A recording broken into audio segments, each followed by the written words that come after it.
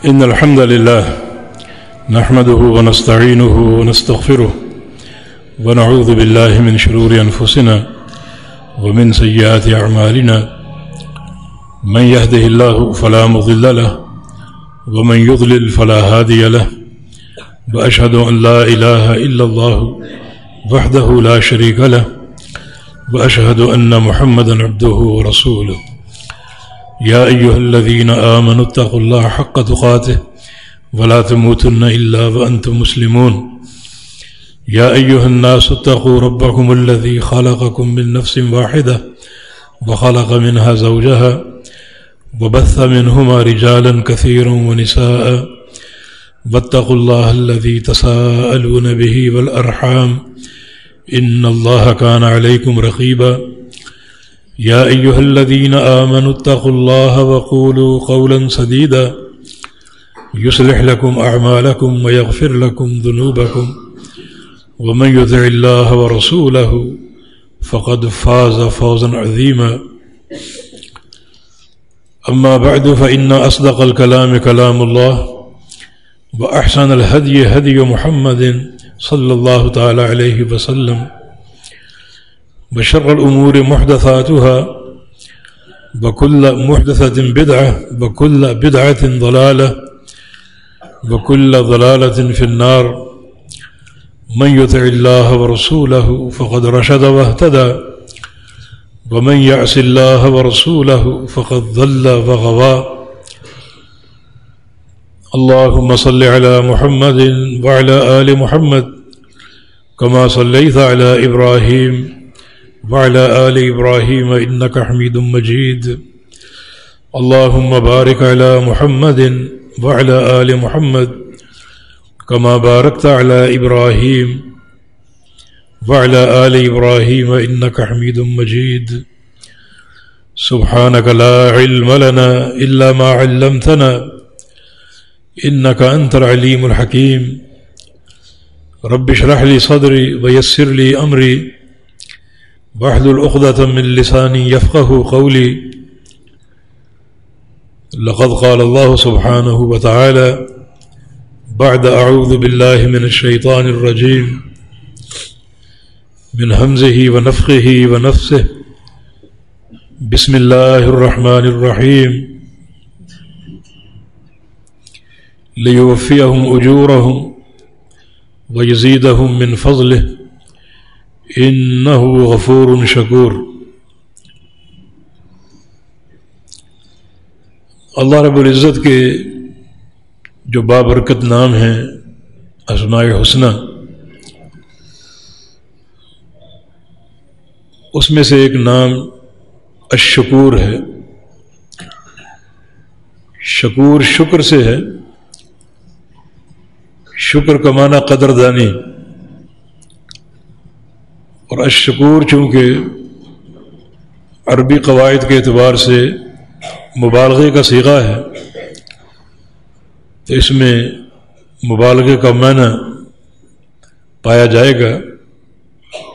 اس کا معنی کریں گے الشکور بہت بڑا قدردان، یعنی جو اللہ تعالیٰ کے بندے نیکیاں کرتے ہیں اللہ رب العزت ان کی بڑی قدر فرماتا ہے، بڑا قدردان ہے، ان نیکیوں کو محفوظ رکھتا ہے، ان نیکیوں کو بڑھاتا ہے، ان کے وزن میں اضافہ کرتا ہے۔ الشکور بڑا ہی قدردان ہے۔ قرآن حکیم میں 3 مقامات پر الشکور جو نام ہے یہ الغفور کے ساتھ استعمال ہوا ہے۔ جیسے ابھی آیت کریمہ آپ نے سنی انہ غفور شکور، بے شک وہ غفور ہے، بڑا بخشنے والا ہے، اور شکور ہے، بڑا قدردان ہے۔ یہ 2 ناموں کا جمع ہونا ایک تیسرے کمال کی نشاندہی کرتا ہے۔ وہ کمال کا غفور بھی ہے اور کمال کا شکور بھی ہے، اور جب یہ دونوں نام جمع ہو جائیں تو اس سے ایک تیسرا کمال سامنے آتا ہے، اور وہ ہے ایک بندے کے ساتھ ایسا معاملہ کہ جس معاملے کے نتیجے میں اس کے اعمال قابل قدر اور محفوظ ہوں اور گناہ بھی بخشے جائیں۔ مثال کے طور پہ اس فاحشہ عورت کا قصہ جس نے ایک کنویں سے پانی پیا اور دیکھا کہ ایک کتا کنویں کی منڈیر پر گیلی مٹی چاٹ رہا ہے۔ وہ سمجھے کہ اس کو پیاس لگی ہے، لیکن اسے پانی پلانے کا کوئی انتظام نہ تھا۔ بڑے جتن کیے مگر کامیاب نہ ہو سکی۔ پھر ایک ترکیب اس کے ذہن میں آئی، اس نے اپنا جوتا اتارا اور دوپٹے سے باندھ کر کنویں میں لٹکایا، اور اس طرح پانی نکل آیا اور کتے کو پلا دیا۔ اب انہ غفور شکور کا معاملہ ہے، بڑا ہی بخشنے والا، بڑا قدردان۔ حالانکہ وہ عورت فاحشہ تھی، بد کردار تھی، لیکن غفور، اس عمل پر اللہ رب العزت نے اس کے سارے گناہوں کو بخش دیا، اور شکور بھی اس کی اس نیکی کی قدردانی کی، اور یہ ایک ہی نیکی اس کے لیے جنت کے داخلے کا باعث بن گئی۔ بلکہ اس نیکی کی برکت سے اللہ رب العزت نے اسے ایسی توبہ کی توفیق دے دی کہ اس کی ساری زندگی منہج تقوی پر قائم ہو گئی، پرہیزگار بن گئی، متقی بن گئی۔ تو انہ غفور شکور، اللہ رب العزت بڑا بخشنے والا ہے اور بڑا قدردان ہے۔ ہمیشہ ان صفات کو سامنے رکھا جائے اور ہر نیکی پر اللہ رب العزت سے اسی معاملے کی امید رکھی جائے کہ اللہ رب العزت اس نیکی کو اس فاحشہ عورت کی طرح گناہوں کی بخشش کا ذریعہ بنا دے، اور یہ نیکی جنت کے حصول کا سبب بن جائے۔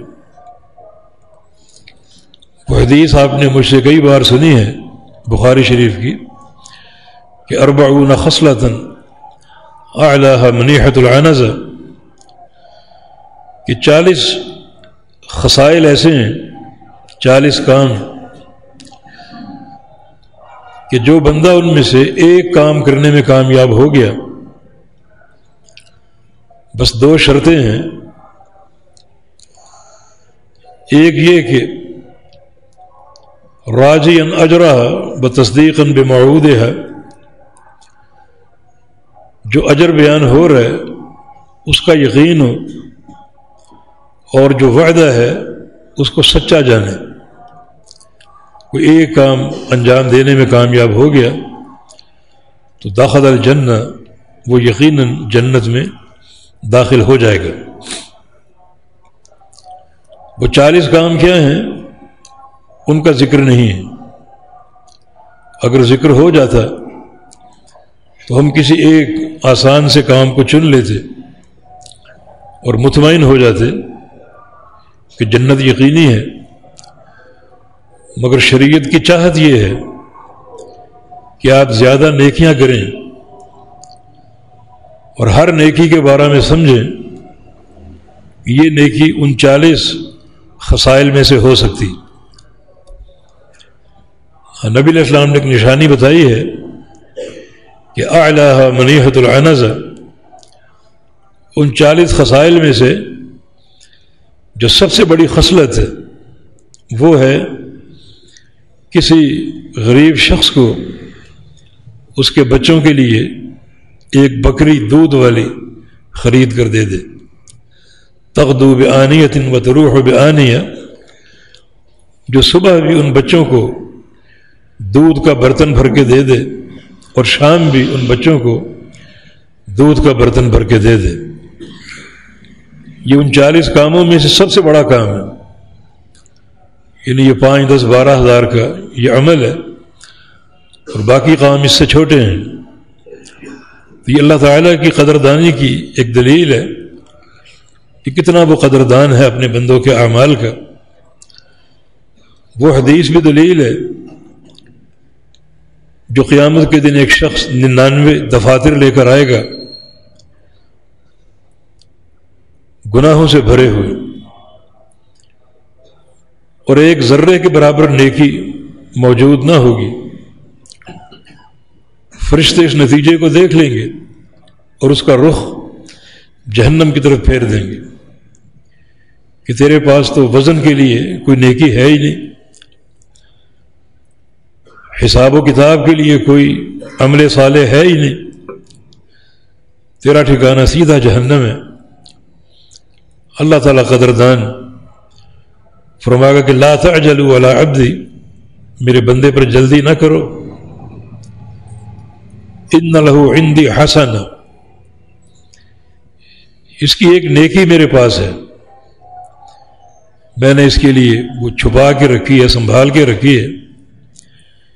چنانچہ اللہ رب العزت اپنے عرش سے ایک پرچی نکالے گا کہ یہ اس کی نیکی ہے، اور قاعدہ یہی ہے کہ نیکی خواہ ایک ہی ہو اور گناہ خواہ کروڑوں ہوں، وزن ضرور ہوگا۔ اب جاؤ اس کو واپس لے جاؤ اور میزان میں ان گناہوں کو بھی ڈال دو اور اس نیکی کو بھی ڈال دو اور وزن کرو۔ جب تولا جائے گا تو اللہ تعالیٰ جو غفور اور شکور ہے، اس کی توفیق اور اس کے امر سے نتیجہ یہ برآمد ہوگا کہ ثقلت البطاقہ وطاشت السجلات، وہ پرچی بھاری پڑ جائے گی اور دفاتر ہلکے پڑ جائیں گے۔ وہ ایک چھوٹی سی پرچی 99 رجسٹروں کے پرخچے اڑا دے گی، گناہ سارے اڑ جائیں گے، ختم ہو جائیں گے، اور وہ ایک ہی پرچی اس بندے کے لیے جنت کے داخلے کا سبب بن جائے گی۔ یہ حدیث بھی دلیل ہے اللہ تعالیٰ کے بڑے قدردان ہونے کی۔ ہاں یہ بات ضرور کہی جائے گی کہ بندے نے جو کلمہ پڑھا تھا لا الہ الا اللہ یا اشہد ان لا الہ الا اللہ، جو اس پرچے میں لکھا ہوگا وہ بالکل شرائط کے مطابق پڑھا ہوگا۔ جب پڑھا ہوگا تو اسے اس کلمے کا معنی معلوم ہوگا۔ یہ کلمہ صرف تلفظ یا زبان کے نطق کا کلمہ نہیں ہے، بلکہ یہ ایک ایسا عقیدہ ہے جس کا فہم ضروری ہے۔ تو اس نے معرفت کے ساتھ یہ کلمہ پڑھا ہوگا اور تصدیق جازم کے ساتھ، کوئی شک و شبہ نہیں، اور اخلاص کے ساتھ، کوئی ریاکاری نہیں، اور یقین کے ساتھ جس میں کذب یا شک و شبہ کا کوئی شائبہ نہیں، تو تبھی وہ کلمہ قابل قبول ہوتا ہے۔ تو یہ ایک ہی نیکی اللہ تعالیٰ جو غفور اور شکور ہے، اس کے امر سے اس کے 99 گناہوں کے دفاتر پر چھا گئی، بھاری پڑ گئی، اور اس کی کامیابی کا ذریعہ بن گئی۔ صحیح مسلم کی ایک حدیث ابو مالک اشعری کی روایت سے، یہ اشعری قبیلہ یمن کا قبیلہ ہے، اور اشعری صحابہ کی ایک جماعت قبول اسلام کے لیے آئی تھی۔ اس وقت نبی علیہ السلام خیبر میں تھے، جنگ خیبر کے تعلق سے، تو وہیں ان کی ملاقات ہو گئی تھی اور اسلام قبول کر لیا تھا۔ نبی علیہ السلام نے ان کی تعریف میں فرمایا تھا کہ اتاکم عہد الیمن ہم ارق الناس افئدۃ والینہم قلوبا، کہ تمہارے پاس میرے یمن کے ساتھی آئے ہیں، بڑے نرم دل، بڑے ان کے دلوں میں رقت ہے، اللہ تعالیٰ کی خشیت، تقوی اور خوف ہے۔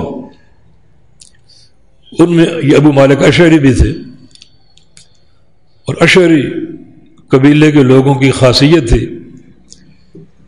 کہ بڑی خوش الحانی سے قرآن کی تلاوت کیا کرتے تھے۔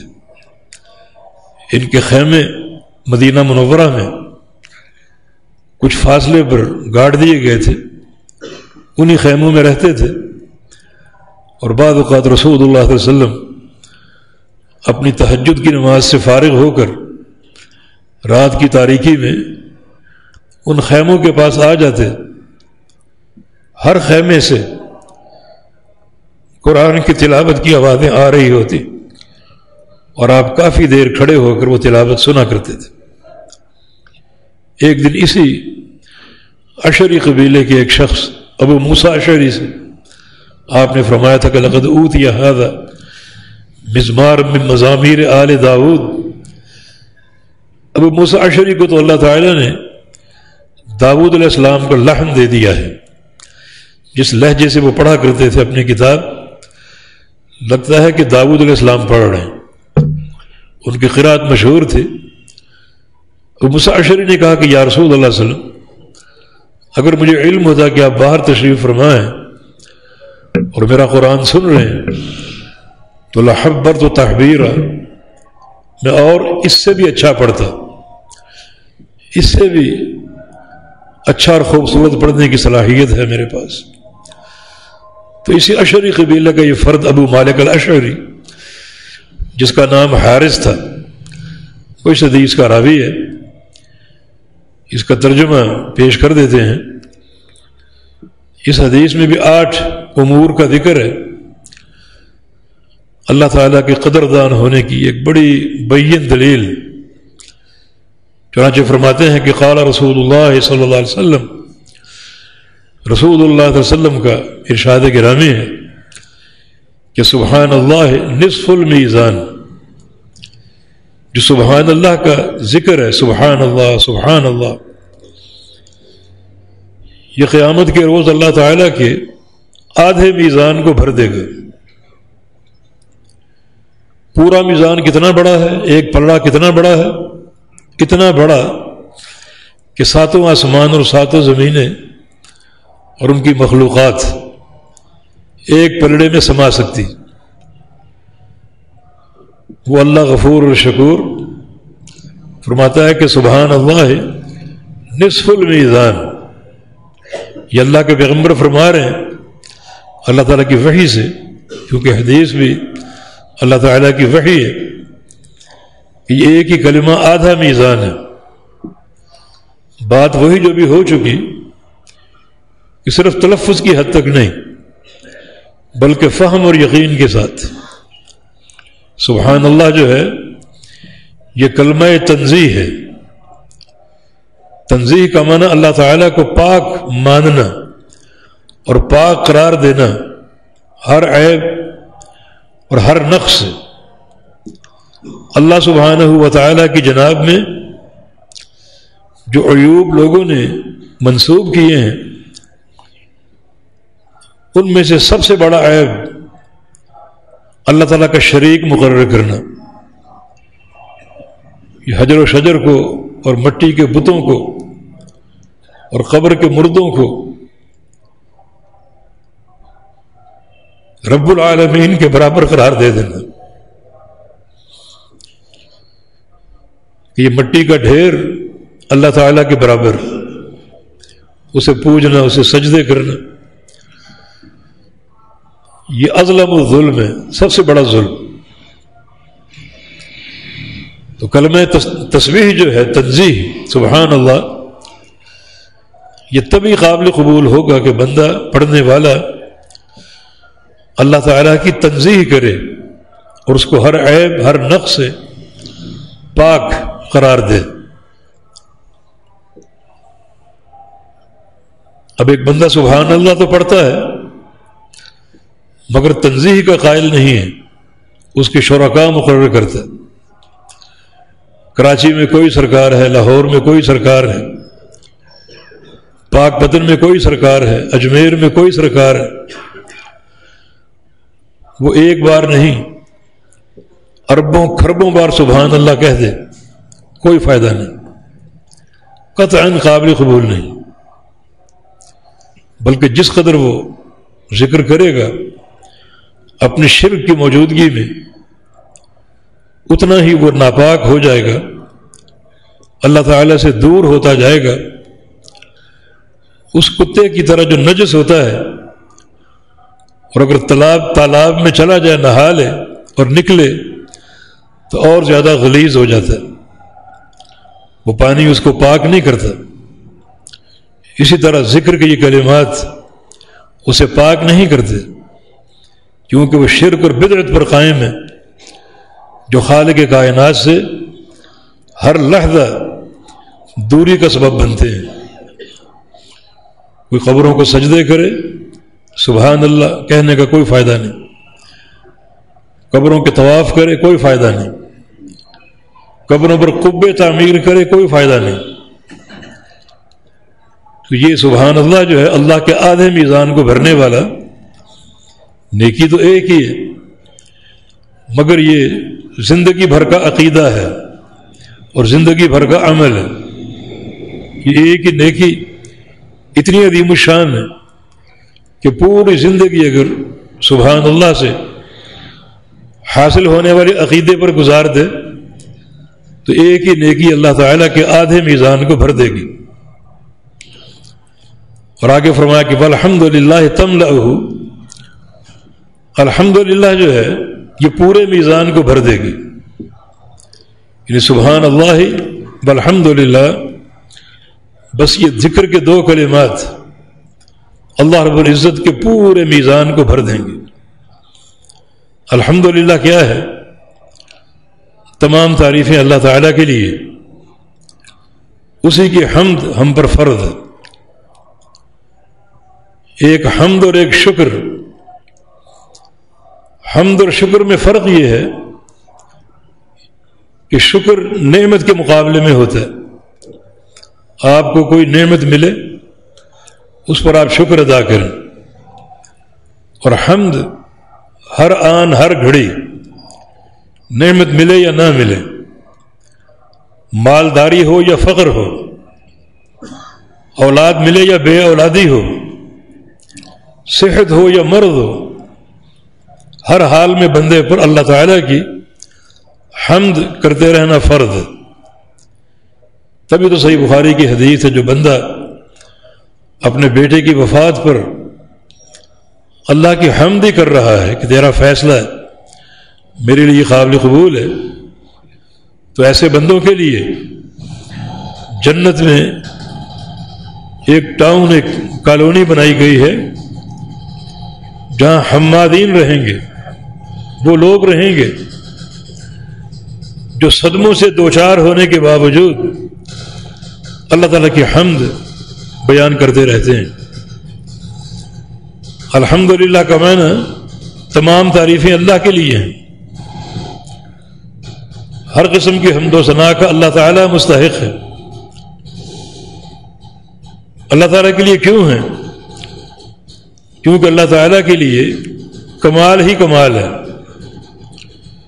سبحان اللہ سے یہ بات ثابت ہو گئی کہ اللہ ہر کمی سے پاک ہے، ہر عیب اور نقص سے پاک ہے، تو کمی کے مقابلے میں کمال ہے، اس کے لیے کمال مطلق ہے۔ ہر قسم کا کمال اللہ رب العزت کے لیے ہے۔ اس عقیدے کے ساتھ پڑھا جائے، جو اس کے نام ہیں، جو اس کی صفات ہیں، جو اس کے افعال اور کام ہیں، ان تمام میں اللہ تعالیٰ با کمال ہے۔ رحمان ہونے میں کمال ہے، رحیم ہونے میں کمال ہے، سمیع اور بصیر ہونے میں کمال ہے، الحی القیوم ہونے میں کمال ہے، کسی قسم کا کوئی نقص نہیں ہے، کوئی کمی نہیں ہے۔ اس عقیدے کے ساتھ الحمدللہ کہے، اور اگر اس کمال کو تقسیم کرے گا تو حمد کا معنی فوت ہو جائے گا۔ مثلا اللہ تعالی عالم الغیب ہے اور کمال کا عالم الغیب ہے، ان اللہ لا یخفی علیہ شیء فی الارض ولا فی السماء، اس پر کوئی ذرہ بھی اوجھل نہیں ہے، ہر شے اس کے سامنے ہے، جو بھی حوادث اس کائنات میں ببا ہونے والے ہیں اللہ کو ان کا علم ہے۔ اب صفت علم غیب کو اگر آپ تقسیم کر دیں گے کہ نبی بھی غیب جانتے ہیں، ولی بھی غیب جانتے ہیں، تو یہ کمال کی تقسیم ہے۔ الحمدللہ کا معنی فوت ہو جائے گا، اس عقیدے سے انحراف ہے۔ تو اللہ تعالیٰ کے کمال کو تقسیم کرنے والا اربوں کھربوں مار الحمدللہ کہے کوئی فائدہ نہیں۔ یہ فائدہ اسی شخص کو حاصل ہوگا جو حمد کے تقاضوں کو جانتا ہے کہ اللہ تعالیٰ کے لیے کمال مطلق ہے، اپنی تمام صفات میں وہ با کمال ہے، اور کسی صفت کی تقسیم نہیں ہے۔ الرزاق ہے وہ روزی دینے والا، اور اگر کہیں کہ لاہور کی فلاں سرکار بھی داتا ہے تو یہ اس کمال کی تقسیم ہے، یہ حمد کی تقسیم ہے جو قطعاً قابل قبول نہیں۔ تو ایسے لوگوں کے لیے اس کلمے کا ذکر اور ورد قطعاً مفید نہیں ہے جب تک اس کے تقاضوں کو نہ سمجھیں۔ اللہ تعالیٰ اپنے ناموں میں، اپنی صفات میں، اپنے کاموں میں یکتا اور اکیلا ہے اور با کمال ہے، اور کسی نام اور کسی صفت میں کوئی اس کا شریک نہیں ہے۔ اس کا سب سے بڑا نام الہ ہے، وہ الہ ہے، لا الہ، الہ کا معنی معبود، وہ اکیلی ذات معبود حق ہے۔ لوگوں نے ظلم کیا جو بہت سے معبود کھڑے کر دیے اور ان کے نام بھی رکھ دیے، اللہ تعالیٰ کی طرف سے کوئی سند نہیں ان ناموں کی، تو یہ ایک بغاوت ہے، انحراف ہے۔ یہ سارے معبود باطل ہیں۔ اس عقیدے کے ساتھ الحمدللہ کہے کہ وہ اپنے ناموں میں، ذات میں، صفات میں اور جملہ کاموں میں اکیلا، یکتا اور تنہا ہے، اور کوئی صفت اس میں کسی کی کوئی شراکت داری نہیں ہے۔ اسی عقیدے پر قائم رہے تو اس کا الحمدللہ کہتے رہنا اللہ تعالیٰ کے باقی آدھے میزان کو بھر دے گا۔ انہ غفور شکور، بڑا ہی بخشنے والا اور بڑا قدردان۔ بس بندوں کی دو نیکیوں سے ہی اپنے پورے میزان کو بھر دے گا، تو نتیجہ آپ کے سامنے، وَنَضَعُ الْمَوَازِينَ الْقِسْطَ لِيَوْمِ الْقِيَامَةِ، ہم قیامت کے حساب کے لیے عدل کا ترازو قائم کریں گے۔ تو اس میں دو پلڑے ہیں، نیکیوں اور گناہوں کے۔ گناہ اگر ایک ذرے کے برابر بڑھ گئے تو بندہ جہنم میں جائے گا، لیکن یہاں کیا کیجیے، جہاں پورا نیکیوں کا پلڑا دو ہی ذکروں سے بھر گیا، نتیجہ بالکل واضح اور صاف ہے۔ تو یہ اس کے قدردان ہونے کی دلیل ہے۔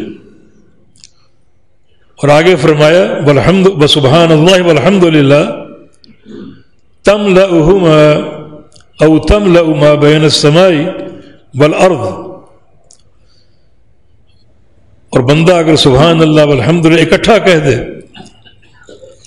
اور اس پر قائم رہے تو اللہ تعالیٰ زمین سے آسمان تک سارے خلا کو نیکیوں سے بھر دے گا۔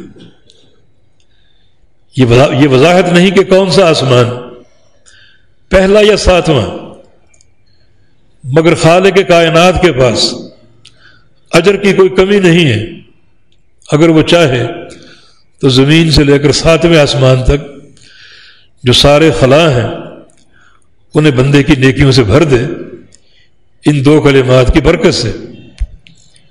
نبی علیہ السلام سے ایک بار سوال ہوا کہ کم بین السماء والارض، یا رسول اللہ صلی اللہ علیہ وسلم آسمان اور زمین کے مابین کتنا فاصلہ ہے؟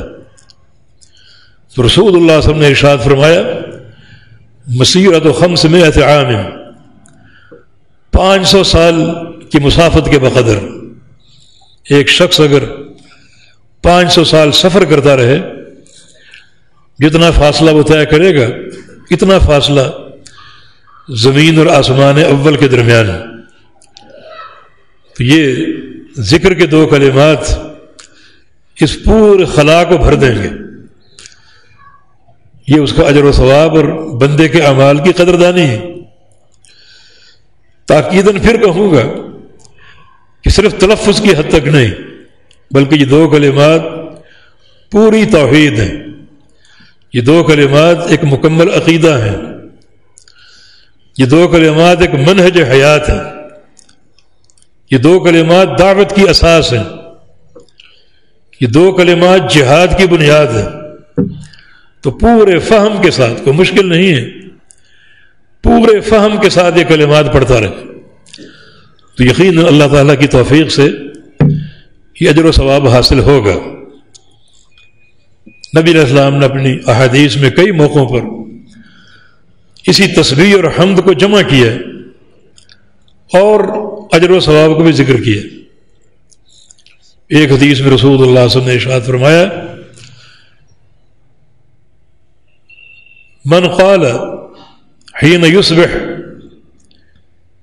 سبحان اللہ بحمدہ 100 مرہ،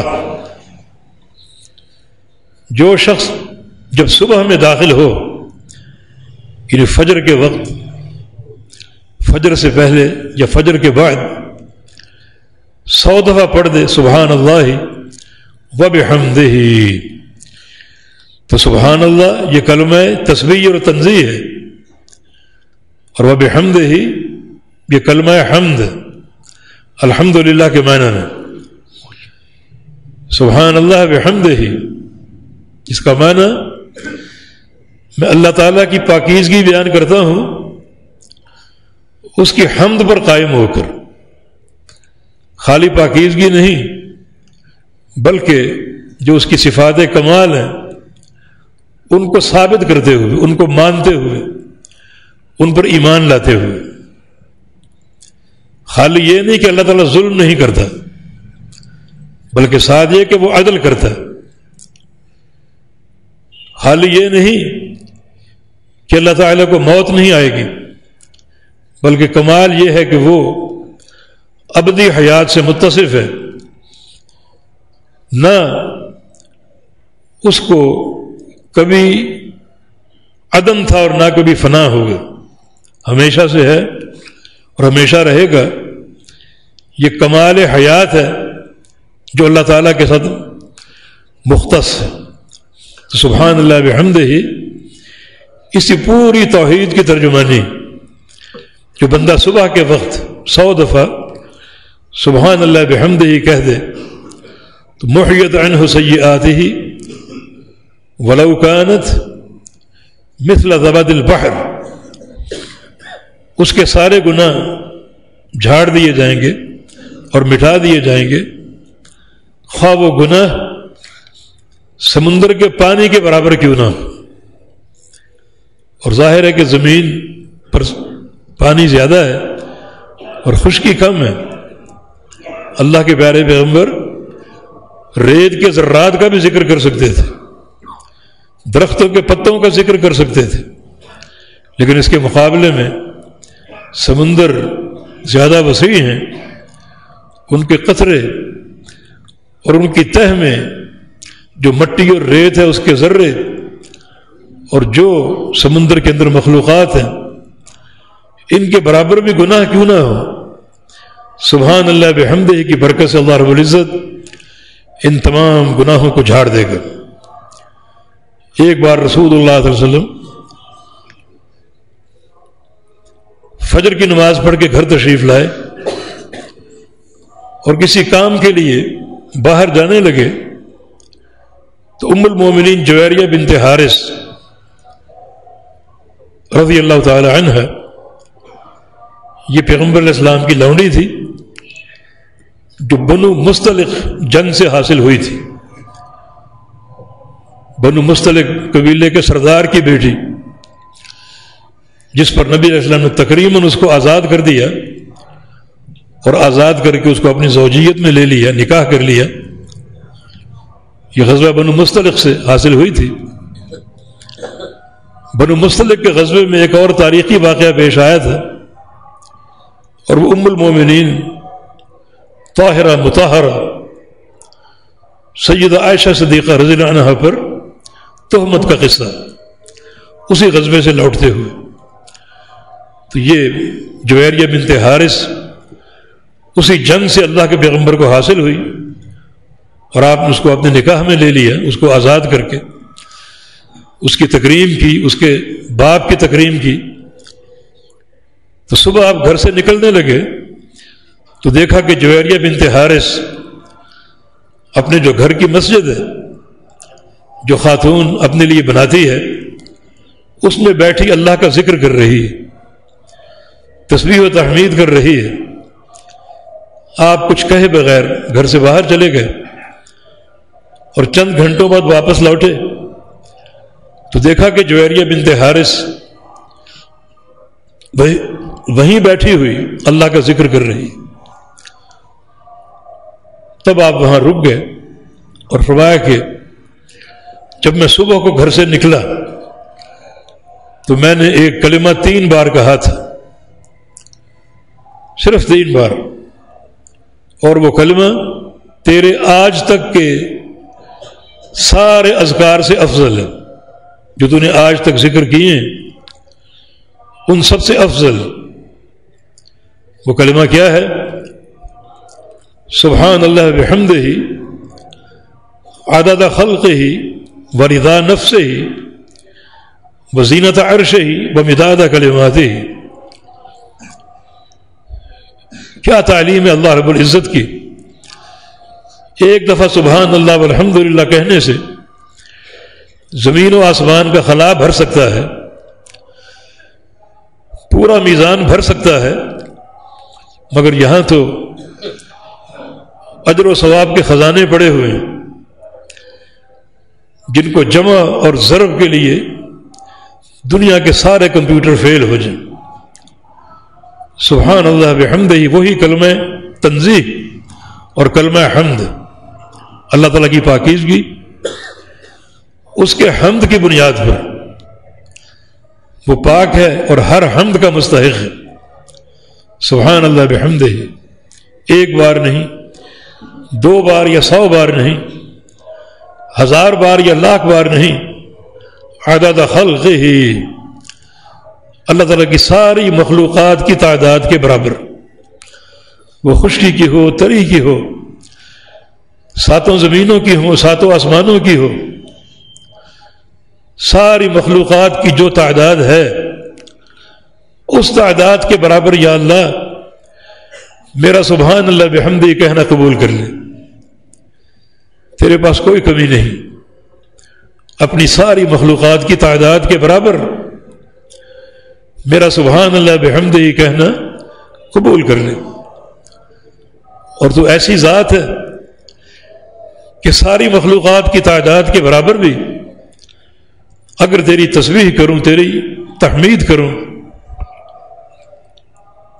تو تیری ذات میں ایک ذرے کا اضافہ نہیں ہوگا، تیرے صفات اور کمالات میں ایک ذرے کا اضافہ نہیں ہوگا. میں کہا پوری کائنات اگر سب سے بڑا متقی انسان بن جائے اور اللہ کی حمد و ثنا اور اس کی تسبیح شروع کر دے تو اللہ تعالیٰ کی جو خوبی ہے، جو اس کے کمالات ہیں، اس میں ایک ذرے کا اضافہ نہیں کر سکتے. اور پوری دنیا اگر فرعون بن جائے، ابو جہل بن جائے اور اللہ تعالیٰ کی شان میں گستاخیاں اور گالیاں منسوب کرنا شروع کر دیں تو اس کے کمالات میں ایک ذرے کی کمی نہیں کر سکتے. تو سبحان اللہ بحمدہ، یہ تسبیح اور تحمید اللہ تعالیٰ کی مخلوقات کی تعداد کے برابر. ورضا نفس ہی، اور اتنی تعداد میں، اتنی مقدار میں کہ جو تجھے ہم سے راضی کر دے، تو خوش ہو جائے. ورضا نفس ہی، تیرے نفس کی رضا کے بقدر تیری تسبیح بھی ہے اور تیری تحمید بھی ہے. وزینت عرش ہی، اور اتنی بھاری یہ حمد اور تسبیح ہے کہ تیرے عرش کے وزن کے برابر. عرش اللہ تعالیٰ کی سب سے بڑی مخلوق ہے.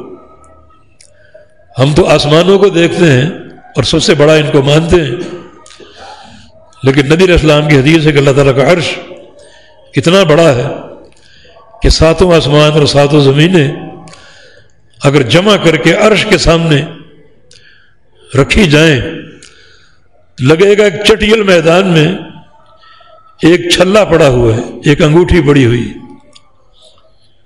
وزینت عرش ہی، یا اللہ یہ مجھ سے قبول کر لے اپنے عرش کے وزن کے برابر.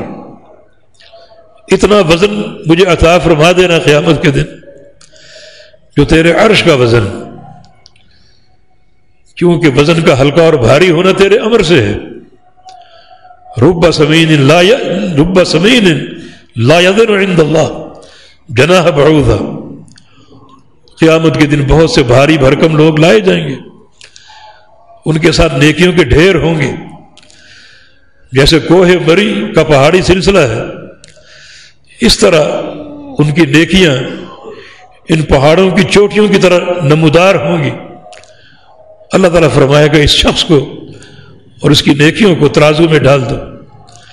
جب تولا جائے گا تو سب کا وزن ایک مچھر کے پر کے برابر بھی نہیں ہوگا.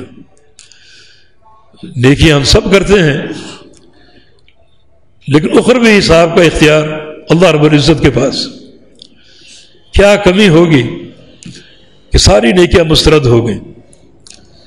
یا اللہ یہ ذکر جو ہے سبحان اللہ بحمدہ، اتنا اس کو وزن ہی کر دے اتنا وزن تیرے عرش کا. ومداد کلماتہ، اتنا بڑھا دے اس کو جتنی تیرے کلمات کی روشنائی ہے. اگر یہ سارے سمندر روشنائی بن جائیں اور اللہ کے کلمات لکھے جائیں، پھر 7 دفعہ اتنے سمندر اور آ جائیں اور اللہ کے کلمات لکھے جائیں، روشنائی ختم ہو جائے گی اور کلمے گھس جائیں گے. دنیا کے درخت جن کی کلمیں گھڑی گئیں وہ سارے گھس جائیں گے، لکھنے والے بھی لکھتے لکھتے ختم ہو جائیں گے. لیکن ما نفدت کلمات اللہ کے کلمات ختم نہیں ہوں گے. کتنی روشنائی ہے. تو یا اللہ یہ سبحان اللہ بحمدہ ہی مجھ سے قبول کر لے، اور یہ تیرے شایان شان ہے کہ میں تیری تسبیح اور تحمید کروں اتنی جتنی تیرے کلمات کی روشنائی ہے.